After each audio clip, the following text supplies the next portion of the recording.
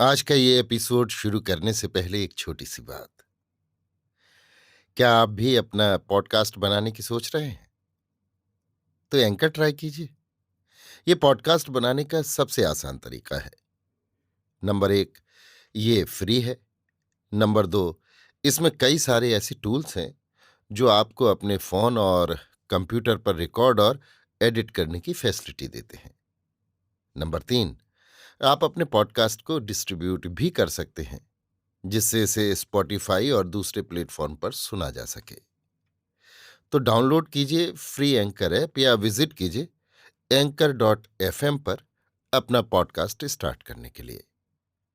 ये तो थी एक छोटी सी जानकारी, और अब शुरू करते हैं एपिसोड का सिलसिला।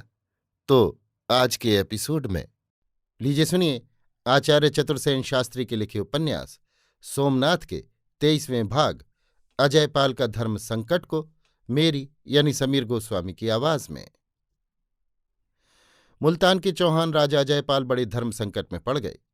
लाहौर के जागृत पीर औलिया अली बिन उस्मान अलहज़वीसी ने उन्हें संदेश भेजा था कि गजनी का सुल्तान मुल्तान की राह अपने रास्ते खुदा के हुक्म से जा रहा है, उसे जाने दो। इसमें दरेक करेगा तो तुझ पर और तेरी औलाद पर कहर नाजिल होगा। महाराज अजयपाल इस संदेश से व्याकुल हो गए। वे सिंध नद के दिक्पाल थे। गजनी के इस लुटेरे को वे अच्छी तरह जानते थे, परंतु अभी तक मुल्तान की ओर उसकी दृष्टि नहीं पड़ी थी। जब से लाहौर के महाराज जयपाल ने अग्नि प्रवेश किया था, महमूद ने सदैव लाहौर होकर ही 16 अभियान किए। मुल्तान का उल्लंघन करने का ये पहला ही अवसर था। इस बार उसे गुजरात को आक्रांत करना था, इसलिए वो लाहौर न जाकर मुल्तान की राह सीधा मरुस्थली को पार कर सपाद लक्ष्य जाना चाहता था।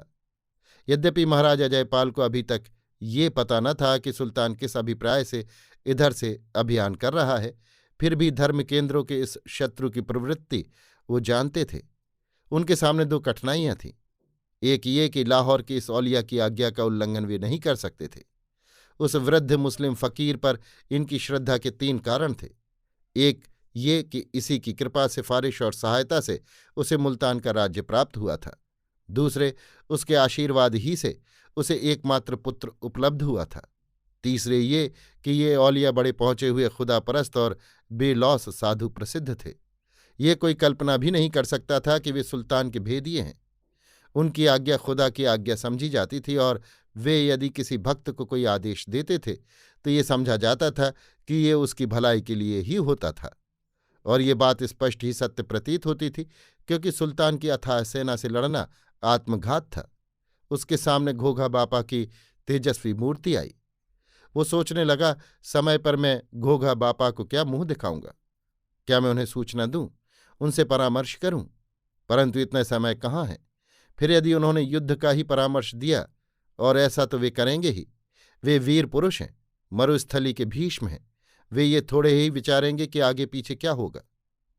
वे तो सच्चे योद्धा हैं, कर्तव्य पर मिटना उनका मूल मंत्र है। मैं क्या उन्हें जानता नहीं? महाराज अजयपाल भारी धर्म संकट में पड़े। वे कुछ भी निर्णय न कर सके। उन्होंने बहुत सोच विचार कर गुप्त रूप से लाहौर की यात्रा करने की ठानी। अपनी तलवार और एक विश्वासी सेवक को ले एक अंधेरी रात में लाहौर की राह पर घोड़ा छोड़ा। औलिया ने उनसे बहस नहीं की, अधिक बात भी नहीं की। वो जैसा विद्वान और तेजस्वी प्रसिद्ध था, वैसा ही दम्भी भी था। बिना दम्भ के धर्म और सिद्धि का कारोबार चलता भी नहीं। फिर इस फकीर पर तो सुल्तान के गूढ़ आदेश थे।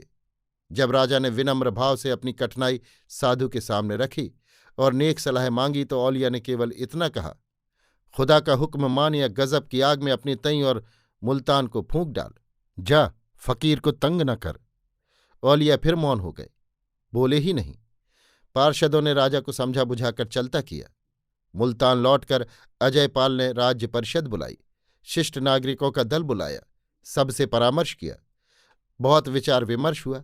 अंत में निर्णय यही हुआ, युद्ध करना तो आत्मघात करना होगा, इससे हमारा सर्वनाश हो जाएगा।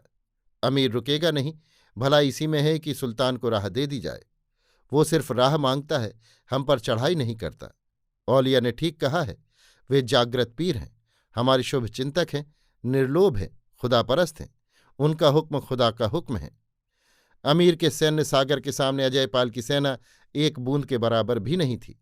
यदि वो लड़ता तो उसका, उसकी सेना का और मुल्तान का सर्वनाश निश्चित था। अपना सर्वनाश करके भी वो सुल्तान को रोक नहीं सकता था। फिर अपना सर्वनाश करने से क्या लाभ? परंतु देश और धर्म के इस प्रबल शत्रु को कैसे वो देश में घुसने दे, ये भी एक प्रश्न था। ये उसके क्षत्रियत्व का प्रश्न था। मरुस्थली के द्वार पर घोघागढ़ में उसके दादा घोघा बापा बैठे हैं, लोहकोट में भीमदेव हैं, सपादलक्ष में महाराज धर्म गजदेव हैं। ये सब संबंधी वीर और तेजस्वी पुरुष हैं। ये सब उसकी कायरवृत्ति देख क्या कहेंगे? महाराज अजयपाल को कोई चोर नहीं मिला। वो सोचने लगे, अवश्य ही अमीर को राह देना पाप है, परंतु पाप का भागी क्या मैं ही हूं? यह अभागा भारत देश क्यों खंड खंड है? क्यों नहीं एक सूत्र में संगठित है? सब लोग छोटे छोटे राजा बन बैठे हैं। वे सब अपनी ही अकड़ में मस्त हैं। इतना बड़ा विशाल भारत देश कैसे विदेशी लुटेरों के हाथ लूटा जाता है, ये तो हम देखते ही हैं। परंतु सब हाथ पर हाथ धरे बैठे हैं, कोई किसी की नहीं सुनता। फिर मैं ही क्या करूं? मेरी शक्ति ही कितनी, हैसियत ही क्या? पाप ही है तो सबका है। मैं यदि सुल्तान का विरोध करता हूं तो मेरा तो सर्वनाश होगा ही, ये समृद्ध मुल्तान शहर भी लूट और आग की भेंट होगा। ये क्या पाप नहीं होगा? मैं जिस देश का राजा हूं, क्या उसे बचाना मेरा धर्म नहीं है? क्या वो पाप इस पाप से भी बड़ा होगा? अंत में अजयपाल ने इसी में भलाई समझी कि सुल्तान को राह दे दे, फिर उसका परिणाम जो हो सो हो।